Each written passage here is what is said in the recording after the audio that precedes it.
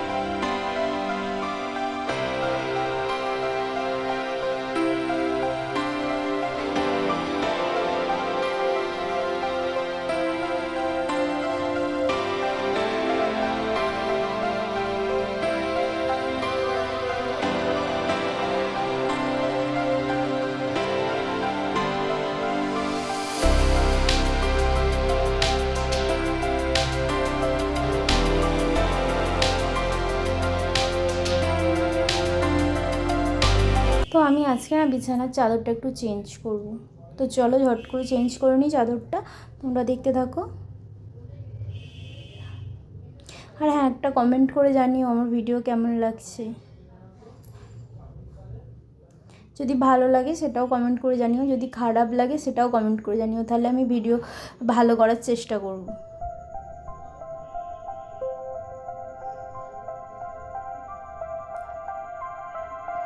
তো এই তো দেখো, আমি বেড কভারটা চেঞ্জও করে নিয়েছি, বালিশের কভারগুলো চেঞ্জ করিনি, শুধু বেড কভারটা চেঞ্জ করলাম। গরমে না ঘামে বেড কভারগুলো যেন কীরকম হয়ে যায়, তাই জন্য আমি একটু তাড়াতাড়ি চেঞ্জ করে নিয়েছি বেড কভারটা। তো বালিশের কভারগুলো এখন ঠিকই আছে, 2-1 দিনের মধ্যে তাও চেঞ্জ করে দেবো। তো চলে এলাম, অনেকক্ষণ পরেই কিছুটা রান্না করে নিয়েছি, আবার কিছুটা রান্না হচ্ছে এখন। এই পাবদা মাছটা হচ্ছে, আর চিকেন হবে একটু। চিকেন রবিবারে আনা হয়েছিল, সেটা ফ্রিজে ছিল। তো ছেলে তো চিকেন ছাড়া খায় না, তো চিকেন করে দিয়েছি ছেলেকে একটু। আর আগে রান্না হয়ে গেছে, চিচিঙ্গে দিয়ে আলু দিয়ে তরকারি হয়েছে, পেঁয়াজ দিয়ে, আর কলমি শাক ভাজা হয়েছে। আর রাই এসেছিলো হঠাৎ করে, একটু মানে ও সকালে স্কুল থেকে ফিরে আমার কাছে একটু দরকার এসেছিলো, আমি আবার ওকে রেখে দিয়েছিলাম। আমি বললাম খেয়ে দিয়ে তাহলে বিকেলে যাবি। তো 3টে সাড়ে 3টের দিক করে বাড়ি গেছে, কারণ ওর ব্যায়াম ছিল। ব্যায়াম থেকে এসে আবার পড়তে যাবে, তো কামাই করলে তো হবে না, তাই জন্য ও চলে গেছে আর কি। যাই হোক, সারাদিন ছিল আমার কাছে। তখন এসেছে, তখন 11টা সাড়ে 11টা হবে, তো এসেছিলো। তো আমি বললাম যে তাহলে ও এমনি চিকেন খেতে ভালোবাসে, বললাম তাহলে দাদার জন্য চিকেন করছি, তুইও খাওয়া দাওয়া করে যাবি। তো ও ছিল আমার সঙ্গে সারাদিন।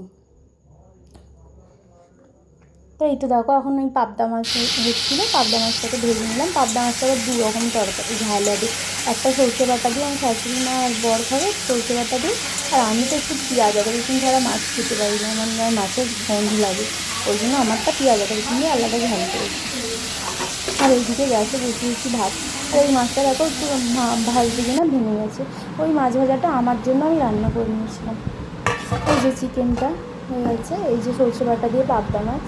আমার শাশুড়ি একটু হালকা করে সরষে বাটা দিতে বলে, নাহলে তিতো লাগে ওই জন্য। আর এই তো এই মাছটা আমার জন্য রান্না হয়েছিল। আর এই তো আলু আর চিচিঙে দিয়ে পেঁয়াজ দিয়ে তরকারি হয়েছিল, আর কলমি শাক ভাজা হয়েছিল। এই ছিল আমাদের দুপুরের মেনু। তো দেখো, রান্নাঘরটা রান্না করতে গিয়ে আমি কী অবস্থা করে ফেলেছি। এই তো, যাই হোক, আবার রান্নাঘরটা পরিষ্কার করে আসছি ফেরত। রান্নাঘর পরিষ্কার করা আজকে আর দেখায়নি।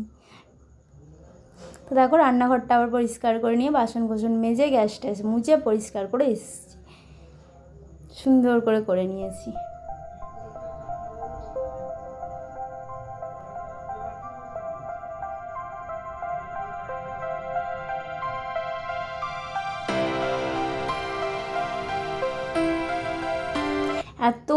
এত গরম কাজ করা যাচ্ছে না। আর আমাদের ওপরে তো এত গরম, সে আর বলার নয়। আমার না পুরো গরমে অ্যালার্জি বেরিয়ে গেছে মুখের মধ্যে। যাই হোক, এই দেখো এদিকে দুধ আর এদিকে চা। এখন বিকেলবেলা চা করেছি, তখন বাজে 5টা। আমার বর তো অনেকক্ষণই দুপুরে বাড়ি এসে গেছে, খেয়ে দিয়ে আর বেরোয় না, ও ঘরেই থাকে।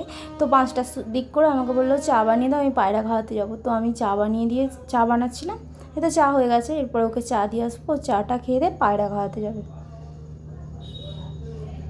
চা রোদের তেজ, সন্ধ্যের পর পায়রা খাওয়াতে গেলে ভালো লাগে। ছাদে কি সুন্দর হাওয়া চালায়। যা গরম, গরমে কোথাও শান্তি নাই।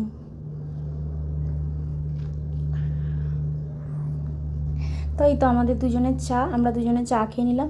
এখন চলে এসেছি অনেকক্ষণ পরে, অনেকটাই সন্ধে হয়ে গেছে। এখন 6:30 পৌনে 7টা মতন বাজে। তো আমার বর বিছানা থেকে নামতে, মানে পায়রা খাওয়াতে যেতে, আমি ভাবলাম যে বিছানাটা একটু ঠিক করে রাখি, জামা কাপড়গুলো কটা ছিল পাট করে রাখি। তো এসে আবার বসবে, টিভি দেখবে, ঘরেই থাকবে পায়রা খাইয়ে এসে। তো ওই জন্য বিছানাটা একটু ঠিকঠাক করে নিচ্ছি, এরপর জামা কাপড়গুলো গুছিয়ে নেব।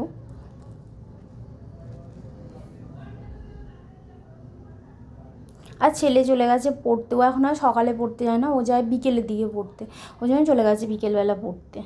এখন সকালবেলার দিকে আর পড়তে যায় না, অন্য কোচিংয়ে ভর্তি হয়েছে। ওই কোচিংটা ওর ভালো লাগেনি, অন্য কোচিংয়ে ভর্তি হয়েছে, তাই জন্য সকালের দিকে আর পড়তে যায় না, যায় বিকেলের দিকে।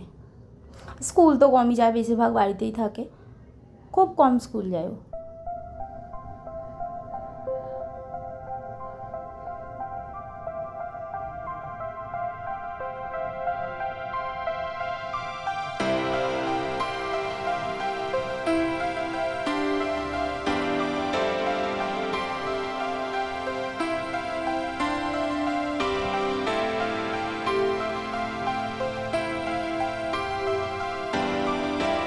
এই তো দেখো বাইরে কতটা অন্ধকার হয়ে গেছে।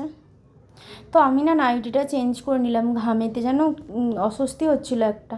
গাটা ধুলাম একটু হালকা করে, আর নাইটিটা চেঞ্জ করে নিলাম। আমি আবার গা ধুলে না আমার ঠান্ডা লেগে যায়, আমি একদম সহ্য করতে পারি না গা ধুলে। তবুও গরম সহ্য করতে পারি না, তো কী করবো, গা তো ধুতেই হবে। হালকা করে অল্প করে, মানে অল্প ধুমক জল ঢেলে এসেছি গায়েতে, দিয়ে এসে আমি নাইটিটা চেঞ্জ করে নিই আর জামা কাপড়গুলো তারপরে পাট করতে বসলাম। প্রচণ্ড গরম হচ্ছিলো।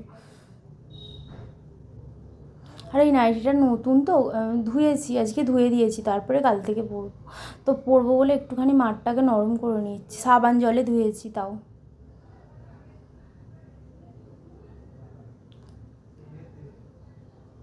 এই কয়েকটা জামা কাপড় আজকে কেচেছিলাম, সেগুলোকে একটু পাট করে নিচ্ছি।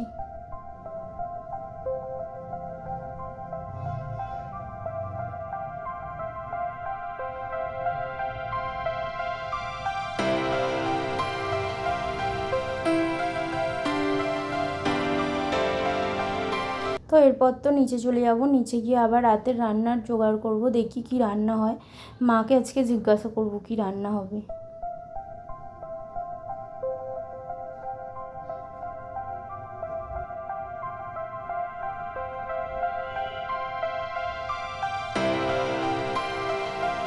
তো চলো, এখন অনেকটাই সন্ধে হয়ে গেছে, নিচে যাই। বিছানা ঘরদোর সব পরিষ্কার করা হয়ে গেছে।